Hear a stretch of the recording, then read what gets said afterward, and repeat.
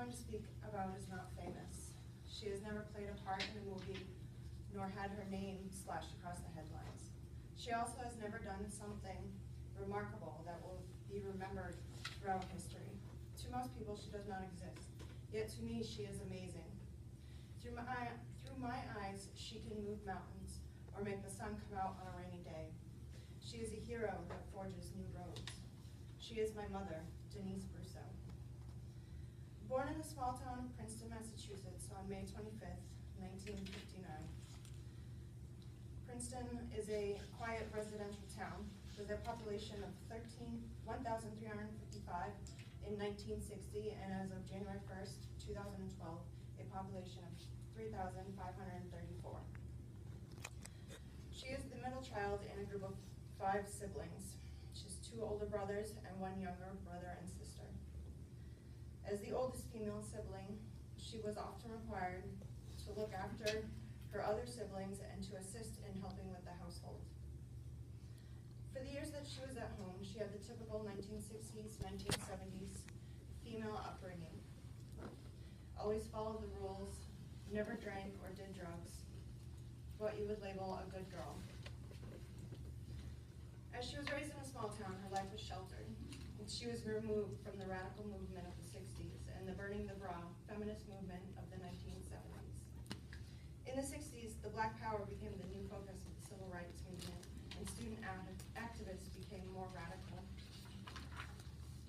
In 1972, after years of campaigning by feminists, Congress approved the Equal Rights Amendment, ERA, to the Constitution. Once old enough, my mother left home. She ventured to the big city of Fitchburg, Massachusetts to find a job, as there was no work in small town USA. Today, Fitchburg, Massachusetts has a population of 41,000 people. Alone and in a new place, she eventually found a job tending a bar at a small hole in the wall. This job is where she met Michael, a local, a first-generation, full-blooded Sicilian. They married, and shortly after, she became pregnant with me. The marriage was doomed from the start, though. His family is an all full-blooded Sicilian, straight off the boat, and very strict in the customs and traditions of being Italian.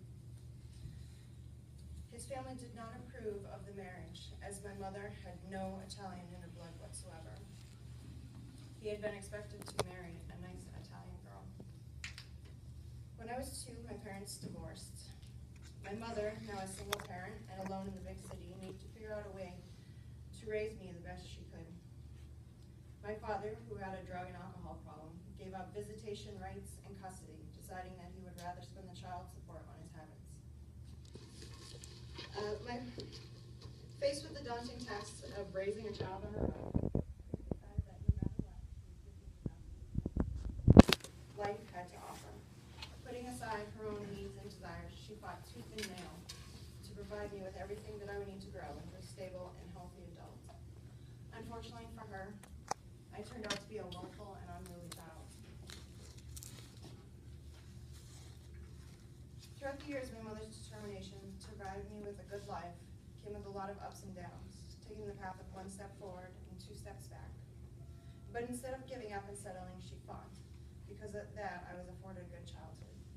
But just like my mother, when I was old enough to leave the house, I too started to face the difficulties of life. Unlike my mother's hardships, my own were brought upon myself. Despite my mother's advice and warnings, I chose to learn the hard way. Making poor decisions, I left behind the knowledge that my mother had installed in me and ignored all her hard work and effort she had put into raising me. It wasn't until I reached rock bottom that I realized that I had completely destroyed everything she had built for me growing up. But I still had her determination. So, just like my mother, I picked myself up and started to straighten myself out. That led me to joining the Navy, where for 5 years I was determined to make the most out of my life. I came up with a plan to someday become a nurse, and everything from that moment forward was geared toward that goal. Today, I am a 32-year-old college student who will be starting the RN program in the fall, and I could not have done it without my mother and her determination to succeed. My mother instilled in me a drive to succeed.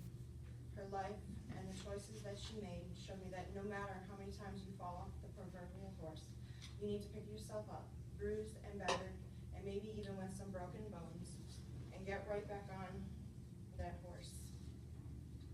Because of that today, my mother and I are both excellent riders in the race of life. Okay, so the woman that I'm doing my speech on is, you don't know her personally, but I hope that you can understand how much of a great person she is and an impact on my life. So, she was born the youngest out of 5 children in Norfolk. She was diagnosed with lupus as a child. She was told she wasn't going to make it. She survived. She attended middle school and she was very shy, very closed, a quiet person. She went to high school and she built some confidence to join the band and play sports. She graduated, applied to NSU. Her degree was in audiology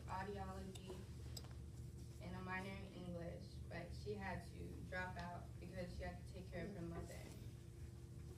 She then found her husband and she took me in. They were going through a bad relationship, an abusive relationship, and I witnessed some of it. She had a child, my cousin. She decided she didn't want to raise us in that type of environment, so secretively she worked more to make more money so she could leave. And she bought a house, and she took us with her, and she quit her job after that to go back to school for nursing because she realized that she didn't want to go for English or speaking. And she lived off of that money for 6 years and going back to school. And I was just, it was inspiring to see that she really, she worked very hard. She wasn't working, she saved all her money and just went to school. And she went to Fortis College for nursing. She graduated Fortis College and went to NSU for a bachelor's and to get her RN. She became Mrs. NSU for that year.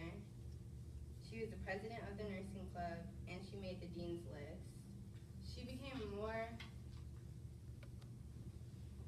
vocal. She was very quiet before. I don't know if that was because of the abuse, but I'm a shy person, and I also didn't really know how to express myself, and that's how she was. And then she just became a new person, and she's going back to school for the summer to get her bachelor's in nursing. She'll graduate in 2016. She found a new man. He's in the picture. And she just upgraded her life completely, and I just want to use her for my speech because I went to Indian River High School. I was shy, I was quiet. I was in the band, I did sports, but I was still very to myself. And when I first went to college, I wanted to be in the medical field, and then I decided that English, writing was more of my passion. So I think that's like a coincidence that we share that. And the way that she's come out of her shell, that it's very hard for people to just change their lives like that. And I think that, not that she is living my life, but I could see how I could become more open, and she's just an inspiration to me. And she beat lupus, and she also, she's a spokesperson for lupus, and she planned the Walk for Lupus at the Redskins Stadium